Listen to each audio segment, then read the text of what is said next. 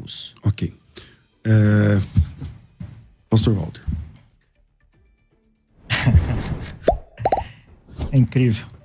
O desconhecimento da história é... Quando nós falamos em catolicismo romano, nós não estamos falando de catolicismo, nós estamos falando de catolicismo romano, do catolicismo papista. Nós estamos falando do pai da igreja, de Agostinho. Nós estamos falando do Concílio de Trento, o concílio da Contra-Reforma, que trouxe a expiação universal, que reformou a expiação universal, o livre-arbítrio, a graça irresistível, a perda da salvação. Todas essas doutrinas aí, abraçadas aí pelo pastor, pelo que eu pude perceber, nas poucas palavras dele. Então, seguinte, a pessoa, ele pode abraçar e defender essas coisas? Pode. Tudo bem. Nós não podemos fazer nada concernente a isso. Somente o Espírito Santo pode mudar o coração de uma pessoa, abrir os seus olhos, trocar o seu coração. Agora, ela precisa admitir que ela é papista, que ela não é protestante, que ela não abraça as doutrinas da Reforma Protestante. Porque todas essas doutrinas, eu já disse aqui, Concílio de Trento, Concílio da Contra-Reforma, seção 6, capítulo 3, 795. Expiação universal. E tem aqui livre-arbítrio, graça preveniente, todas essas coisas, tudo doutrinas do Papa. Bom, agora é o seguinte... Professor Walter, deixa eu só fazer uma... Talvez, não sei se eu vou te ajudar ou te atrapalhar, mas vamos lá. A reforma... O principal reformador não foi Calvino. Não. Certo? Certo. O principal reformador o iniciador foi Lutero. Não apenas iniciador, mas o principal nome é o Lutero. O Lutero, que inclusive é um doutor, é um tradutor da Bíblia, é um cara versado nas línguas originais, que tem doutorado diferente do Calvino, que também é um grande conhecedor, mas não tem a mesma formação acadêmica e tal do que Lutero. O próprio Lutero não é calvinista. O próprio Lutero não defende uma soteriologia exatamente como Calvino. Sim, exatamente. Na verdade, ele a combate. Quando o senhor diz que a reforma... que quem não conhece... O senhor disse assim, é bom conhecer a história. É verdade. Mas do jeito que o senhor coloca, parece... Para quem está ouvindo a gente, está começando agora na fé e tal, parece que o reformador, o principal reformador, a reforma e tal, ela é calvinista, mas não é, certo? Então, eu só queria deixar esse ponto para... Porque assim, vamos sintonizar na história, né? Na realidade, nós temos 4 reformas, né? Temos a reforma luterana, que foi o início. A segunda reforma, que foi a reforma, que é a reforma calvinista. Depois nós temos a reforma anglicana, que os batistas são originários da reforma anglicana. Então, essa do, e depois nós temos essa do 31 de outubro, que todo o planeta comemora, não é calvinista. Não, mas olha, Calvino discordou de Lutero em muito pouca coisa.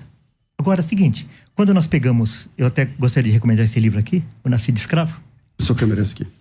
Isso. O Nascido Escravo.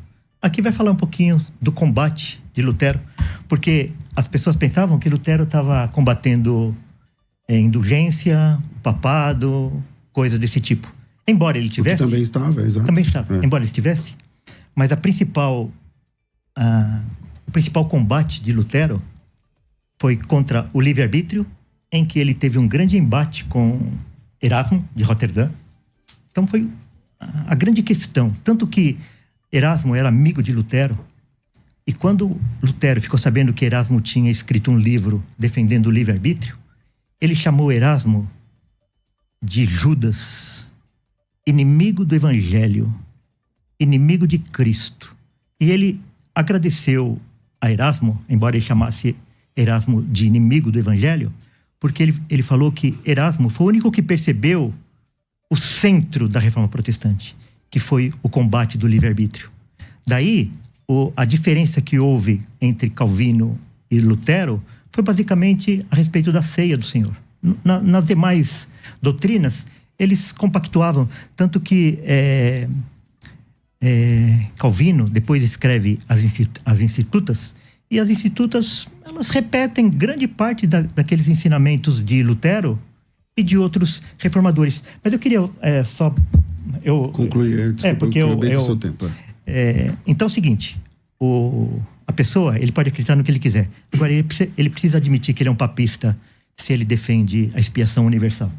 Pastor Marcelo. Não, eu queria ler o texto. Eu só estava respondendo a sua pergunta.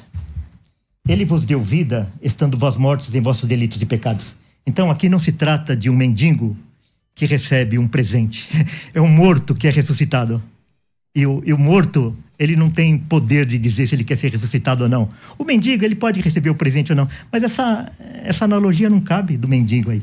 Nos quais andastes outrora, segundo o curso deste mundo, segundo o príncipe da potestade do ar, do espírito que agora atua nos filhos da desobediência. Daí lá no 8, ele vai dizer assim: porque pela graça sois salvos mediante a fé, e isso não vem de vós. O que não vem de vós? Porque pela graça sois salvos mediante a fé. Então, esse conjunto, graça, salvação, fé, não vem de vós. Então, a fé não vem do homem. A fé é um dom de Deus. Quem é que vai receber a fé?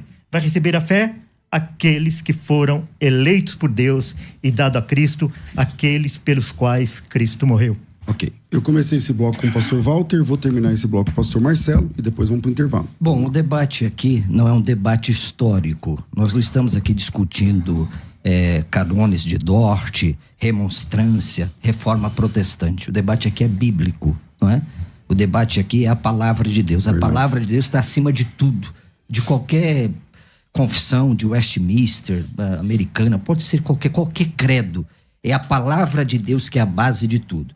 Aliás, foi isso que Lutero disse para Erasmo. Erasmo, a diferença entre eu e você é que você se coloca acima da palavra e eu me submeto à palavra de Deus. Então, eu me submeto à autoridade das Escrituras e volto a esse texto.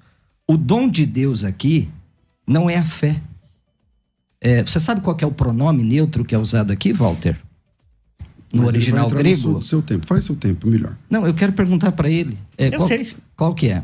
Qual que é o pronome neutro que é usado aqui? Eu não vou falar. Não, se você sabe, você não quer falar? Você pode perguntar o que você quiser, mas eu não vou falar. Ah, não vai falar que você não tem a resposta, né? Não, claro que tenho. Então responde para mim. Qual que é o pronome que é usado aqui no original grego? Não vou responder. Então tá bom.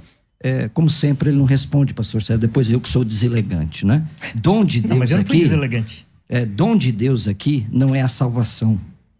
Até porque o pronome neutro aqui é a fé, está ligado à fé. Segundo os maiores eruditos do mundo, Norman Geisler, eu podia citar vários outros aqui que eu poderia usar aqui. A.T. Robertson.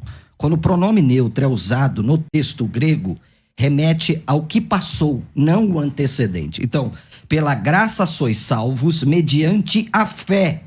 Isso não vem de vós. O que não vem de vós é a graça, é a salvação. Agora, a fé, Deus não pode ter fé nele mesmo. A fé é um dom que Deus dá à pessoa para crer, não é? A palavra de Deus diz assim... Você diz que é um dom que Deus dá à pessoa, não é o que ele está dizendo? Que é Deus que dá a fé? É a salvação, a fé não. A fé é uma confiança inabalável no caráter de Deus gerada pela palavra. Porque ele disse aqui que a fé é Deus que dá, não é Deus que dá. A fé é a pessoa que confia no Cristo por meio da palavra de Deus. O dom de Deus aqui é a salvação e não a fé. Por isso que muitas vezes nós somos taxados, que nele disse aí, de papistas, né? Falando tantos impropérios, tantos libelos acusatórios, né? Por causa de não conhecer o original. Porque se ele disse que conhece, mas não citou nada aqui.